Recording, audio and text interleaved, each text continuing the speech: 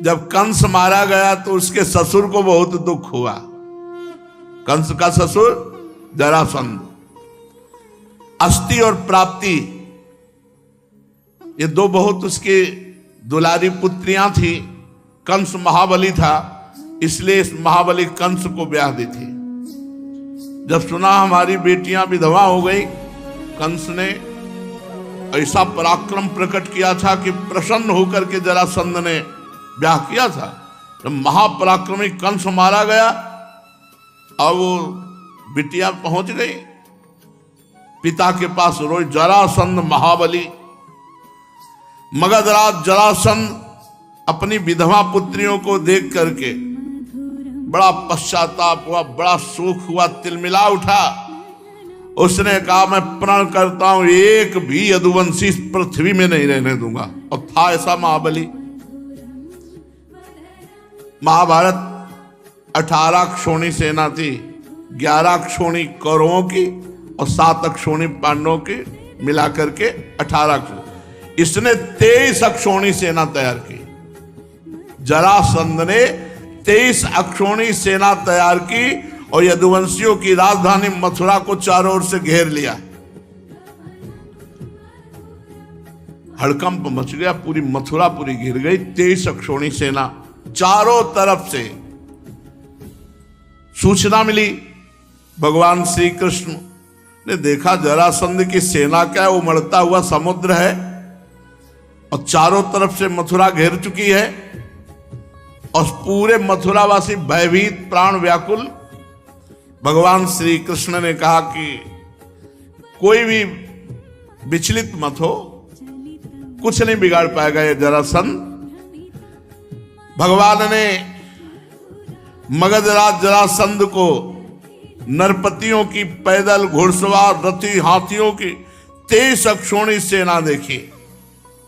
भगवान ने संकल्प किया अब मैं इनका विनाश करूंगा। 23 अक्षोणी सेना, और इसको मारूंगा नहीं, इसको ऐसे जिंदा वापस भेजूंगा जिससे बार बार इतनी सेनाएं लाएगा, पृथ्वी का भार हल्का करूंगा। सुनो भाई, मुर्गा बकरा खाने वाले वो कहते हैं हम पृथ्वी का भार हल्का कर रहे हैं। हाँ, इनका अवतार हुआ पृथ्वी का भार हल्का करने के लिए। कहते अगर हम खाएंगे नहीं तो ये जीव बहुत बढ़ जाएंगे। अरे पृथ्वी का हल्का करने के लिए भगवान है यार, तुम काहे को पाप करते हो। अब मेरे अवतार का प्रयोजन यही है, समय समय पर धर्म रक्षा के लिए, बढ़ते हुए अधर्म को रोकने के लिए मैं अनेकों शरीर ग्रहण करता हूं। भगवान ने तुरंत संकल्प किया। आकाश में शास्त्रों सूर्य जैसे चमकते हुए 2 रथ आ गए, युद्ध की सारी सामग्रियों से सुसज्जित। भगवान का दिव्य सारथी दारुक एक रथ को हाँक रहे थे, दूसरे में भगवान बलराम जी के आयुध, दिव्य सनातन भगवान के आयुध, सुदर्शन चक्र, कौमोद की गदा, ये सब उपस्थित हो गए।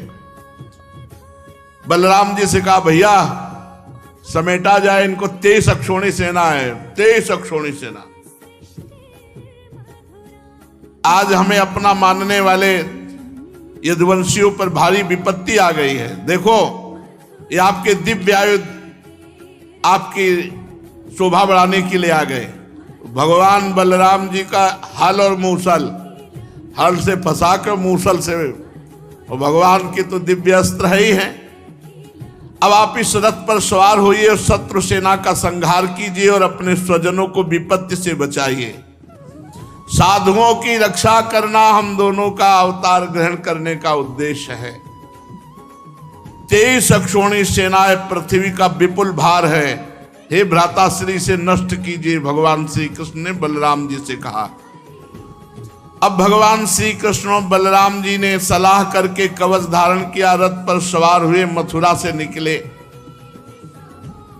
छोटे से सेना जो अंग रक्षा कर रही थी, आगे आगे श्री कृष्ण और बलराम जी। श्री कृष्ण रथ हाँक रहा था दारुक।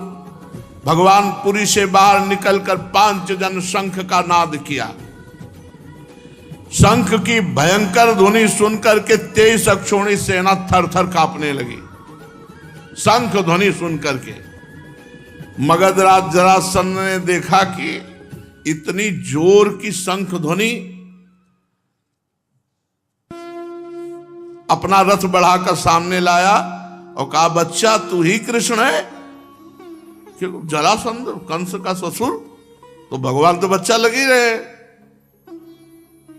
11 वर्ष में यहां से पधारे तो कुछ वर्ष गुरुकुल सेवन किए होंगे। कह रहते तो 9 किशोर, ये कोई दाढ़ी मुच्छ थोड़ी आ जाती है। भगवान सदैव 9 किशोर रहते हैं। तो कह रहा है, बच्चा तू ही कृष्ण है? अरे पुरुषाधम, तूने हमारे दामाद कंस को मारा। भगवान तो कोमल भुजा ऐसे दिखाई दे रहे। अरे तू तो निरावित बच्चा है और कंस को मार डाला। बड़ा उसको आश्चर्य हो रहा है कि ये बच्चा कैसे कंस को मार डाला। और ये नहीं सोच रहे कि जब निरा बच्चा थे 6 दिन के, तब पूतना को मार दिया था। तेरे साथ तो नहीं लड़ूंगा, क्योंकि मुझ जैसे वीर को तेरे जैसे बच्चे से लड़ने में कोई लाभ नहीं। हार जाए जीत जाए कोई लाभ नहीं, तेरे से तो नहीं लड़ूंगा। या तू इतने दिनों तक छिपता फिरता रहा, तूने कैसे कंस को मार डाला? उसको बड़ा आश्चर्य हो रहा है कि ये बच्चा कंस को कैसे मार सकता है। लेकिन तू अपने मामा का हत्यारा है, फिर भी मैं तेरे साथ नहीं लड़ूंगा। तू बच्चा है, जा भाग जा मेरे सामने से। ऐसे जरासंध बोल रहा है, बड़ा अभिमानी है। हाँ, थोड़ा यदि बलराम चाहे तो लड़ सकते हैं। बलराम तुम्हारी श्रद्धा है मर करके स्वर्ग जाने की। अगर थोड़ी भी हिम्मत हो तो हिम्मत बांध करके मुझसे जैसे चाहे तैसे लड़ ले। और ये नहीं समझ रहे कि पूरा अनंत ब्रह्मांड इन्हीं के फड़ पे है। शेषावतार भगवान बलराम जी, मैं अभी अपने बाणों से छिन्न भिन्न करके तुझे स्वर्ग पहुंचा देता हूं। भगवान श्री कृष्ण ने कहा, मगधराज तुम सूरवीर हो। सूरवीर तो ऐसे नहीं होते। सूरवीर तो युद्ध करते हैं, डींग नहीं हाँकते। तुम अपने बौल और परुष का तो बहुत बड़ा घमंड रखते हो। चाहूं तो तेरी अभी मृत्यु कर सकता हूं, लेकिन मारूंगा नहीं तुझे। भगवान श्री कृष्ण ने कहा, तू ऐसे बक रहा है जैसे मरने वाला सन्निपात में बकता है। बक ले। हमारे जैसे वीर तेरे जैसे डींग हाँकने वालों की बात नहीं सुनते। परीक्षित, जैसे वायु बादलों से सूर्य को और धुएं आग को ढक लेती है, ऐसे ही भगवान श्री कृष्ण को चारों तरफ से मगधराज की सेना ने घेर लिया और बाणों की वर्षा कर दी चारों तरफ से। यहां तक कि भगवान का रथ सारथी कुछ नहीं दिखाई दे रहा, आधाधुंध चारों तरफ से बाण चल रहे। अब जो अटारियों पर चढ़े हुए मथुरावासी देख रहे, सब हाहाकार मच गया कि अभी तो प्रारंभ ही हुआ युद्ध। भगवान का, बलराम जी का और श्री कृष्ण का सब रथ और सब ढक गया बाणों से। भगवान श्री कृष्णचंद्र जी की गरुण चिन्हित ध्वजा और बलराम जी की ताल चिन्हित ध्वजा, ये सब ढक गई। तो मथुरावासी तो सोचे अब तो मार ही डालेंगे हम सबको, क्योंकि जब वहां ये हालत है तो यहां तो। लेकिन ये एक क्षण के लिए ऐसा हुआ। भगवान श्री कृष्णचंद्र ने देखा कि सूरवीर हैं ये भाई, बड़े बड़े लड़ाकू हैं। जैसे पानी की बूंदें बरसती हैं, ऐसे बाण वर्षा भगवान के ऊपर हो रही थी। भगवान ने अपने सारंग धनुष का प्रत्यंचा चढ़ाया, अद्वितीय अजेय। ये सारंग धनुष ऐसा है, अद्वितीय अजेय। सारंग धनुष की टंकार करके जे ही एक बाण चढ़ाया, बस जे ही एक बाण चढ़ा के छोड़ा तो अनंत बाण रूप धारण करके सब बाणों को काट करके सैनिकों का संहार करने लगे। ये भगवान के धनुष और बाण का चमत्कार। झुंड के झुंड उसी से बाण निकलने लगे और सब जितने बाण थे सब बाणों को काट करके और जितने सैनिक थे सबको काटने लगे। भगवान बड़ी फुर्ती से अलाप चक्र की तरह घूमकर चारों तरफ बाण संधान। हाथी, घोड़े, रथ, पैदल, चतुरंगनी सेना का संहार होने लगा। भगवान के बाणों से हाथियों के सर कट गए और मरकर गिरने लगे। बाणों की बौछार से घोड़े, मनुष्य, जो सबको, पैदल सेना की बाहें, जांग, सिर अलग अलग कटकर गिरने लगे।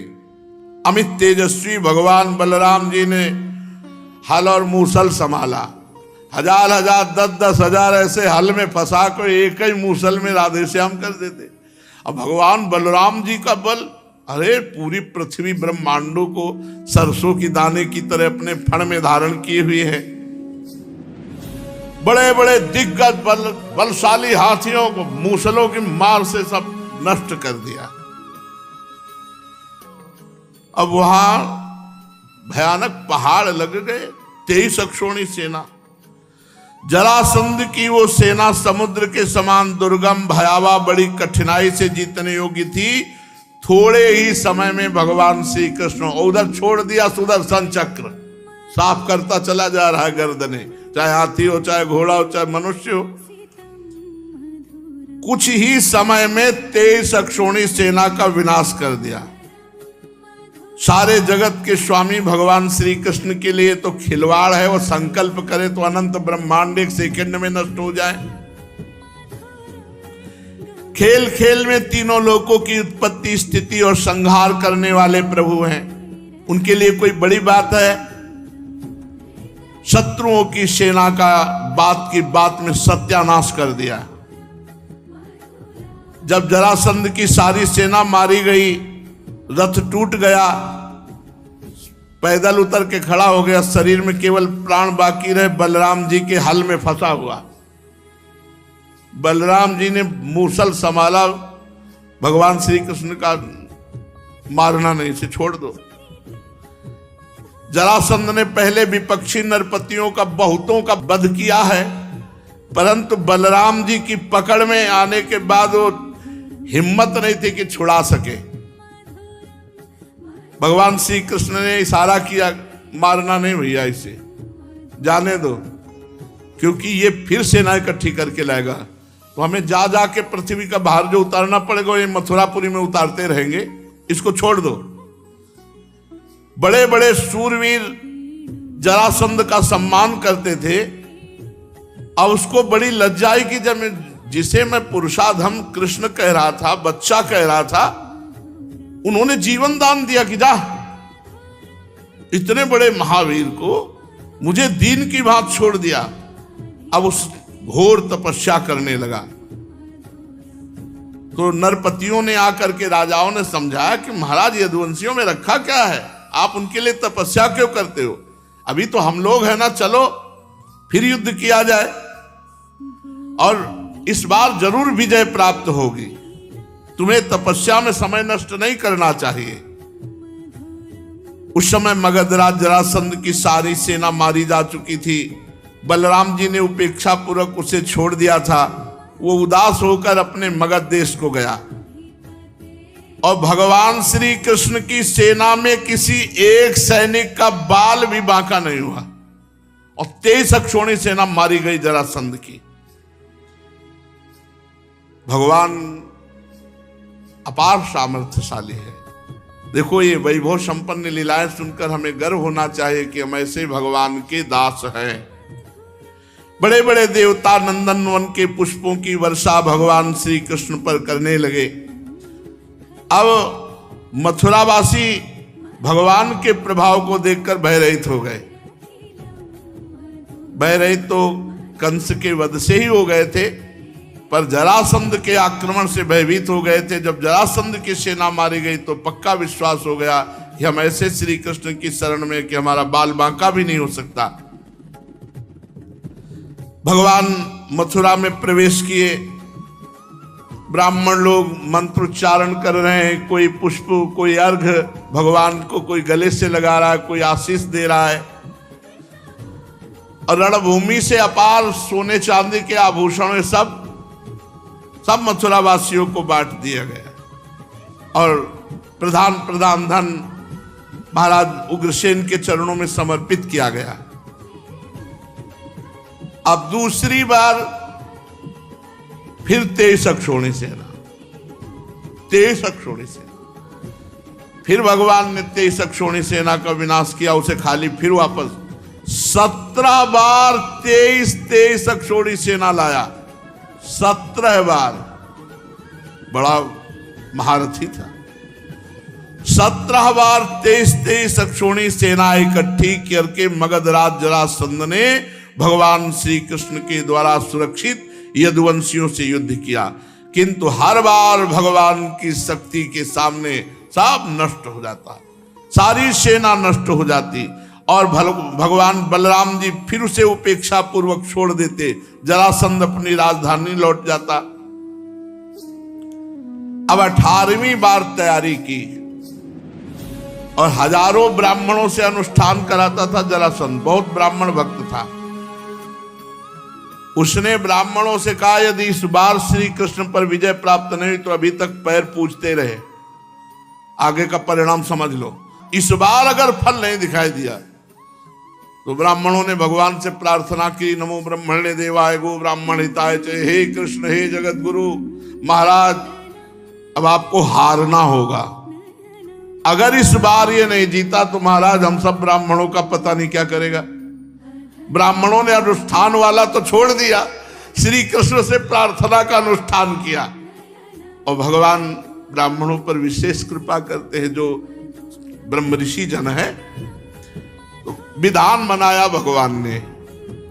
जिस समय आक्रमण करने के लिए चला 18वां युद्ध 23 अक्षौणी सेना लेकर, उसी समय भगवान के मन स्वरूप श्री देवर्षि नारद जी ने, एक काल यवन नाम का बड़ा वीर म्लेच्छ योद्धा था, उसने देवर्षि नारद जी से कहा, कोई त्रिभुवन में है हमारे जोड़ का?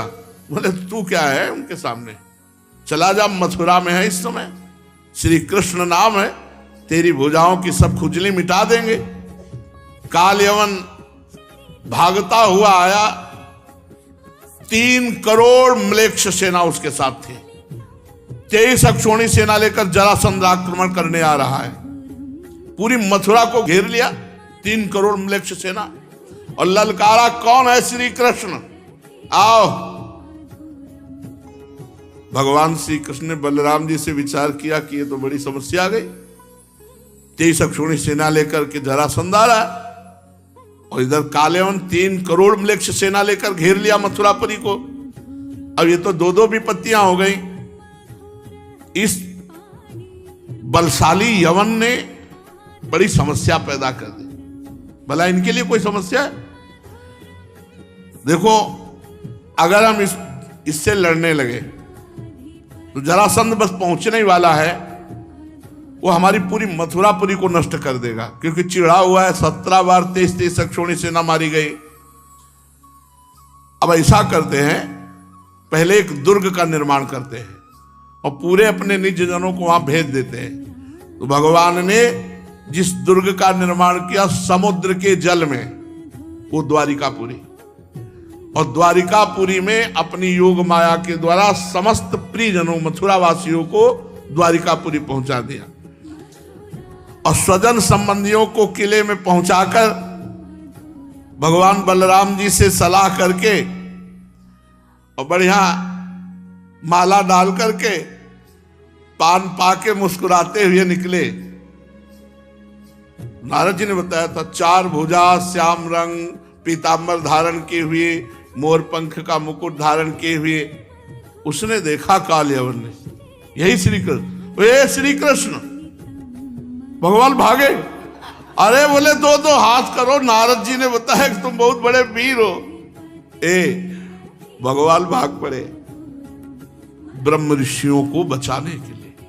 जरासंध ने ब्रह्म ऋषियों से कहा था, रोज अनुष्ठान करते हो, खीर पुआ पाते हो, 17 बार हारा हो, अगर इस बार हारा तो समझ लेना। तो वो ये अनुष्ठान देखो, भगवान अपने भक्त के लिए, इनके लिए यवन को और जरासंध को मारना कोई खिलवाड़ इनके लिए क्या है? केवल सोच भ्रगुटी विलास सृष्टि लय हुई, भगवान भाग चले। तो एक भगवान का नाम हुआ रणछोर। रणछोर भगवान की जय, शेष चर्चा आगे भैया। राधा वल्लभ सिंह।